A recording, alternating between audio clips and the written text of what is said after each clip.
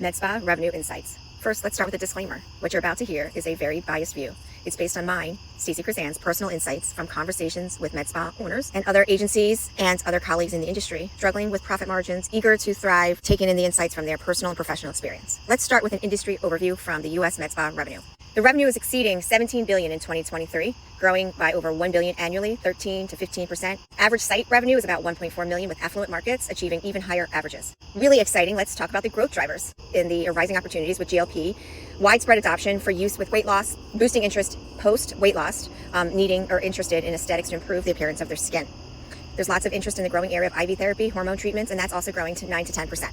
Really fascinating is the favorable market conditions, which makes this industry very attractive to those watching on the sidelines, those enjoying the market as a client, or those serving the industry as agency and experts. Demand tailwinds. What's creating the momentum in the industry? Today's aging population is really proactive. They're longevity seekers, not just letting aging happen to them. There's this cultural momentum where aesthetics used to be a stigma that was talked hush-hush secretly, and now it's more of a status symbol of those that are enjoying the appearance of having had aesthetic work, and it's no longer considered a stigma. There's rapid GLP-1 antagonist use. Its adoption is pretty rampant across many age groups, and it's creating an urgent demand for search on Google and in conversations with experts around skin tightening treatments because of the rapid weight loss. Early adopters are seeking the latest innovations, predominantly in wealthier areas or in those areas where downtime is not enabled. These innovations include things like T-Shape 2 for body contouring, other body contouring advancements, and IV wellness therapies. Really attractive to many serving this industry is that it's predominantly a cash pay model, meaning you have zero medical claims, you have zero denials from insurance, you have zero delays in getting approvals, and you have maximum profitability that's predictable because you know what you're getting paid. You're also able to enjoy a cross-service synergy. So in the area of weight loss, body contouring, wellness, and other aesthetic modalities, one treatment leads to the desire for the other. And that allows a natural upsell pathway with very little barriers to entry. Let's talk about the urban affluence. In dense populations of high earners, they're finding it very necessary to prioritize their appearance or the desire to do so with no downtime between Zoom calls. So although the market has some significant momentum with demand tailwinds, it's really interesting to take a deep dive into the industry and see what's really going on with the players in this market. Some of the challenges facing med spas. Although there's a lot of general awareness around the services and the desire to get different types of treatments, there's a lot of confusion by providers or lack of skill set on how to go from a awareness to a sale. There's a high investment upfront in marketing and advertising costs and a low ROI or conversion rates. Additionally, there's significant investment upfront in our investment financially and also in investing time and skills in staffing.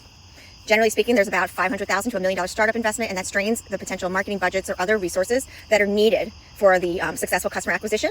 That's really critical in being successful long term. Recruiting and retaining skilled staff is always a bottleneck. It's kind of the Achilles heel in this industry.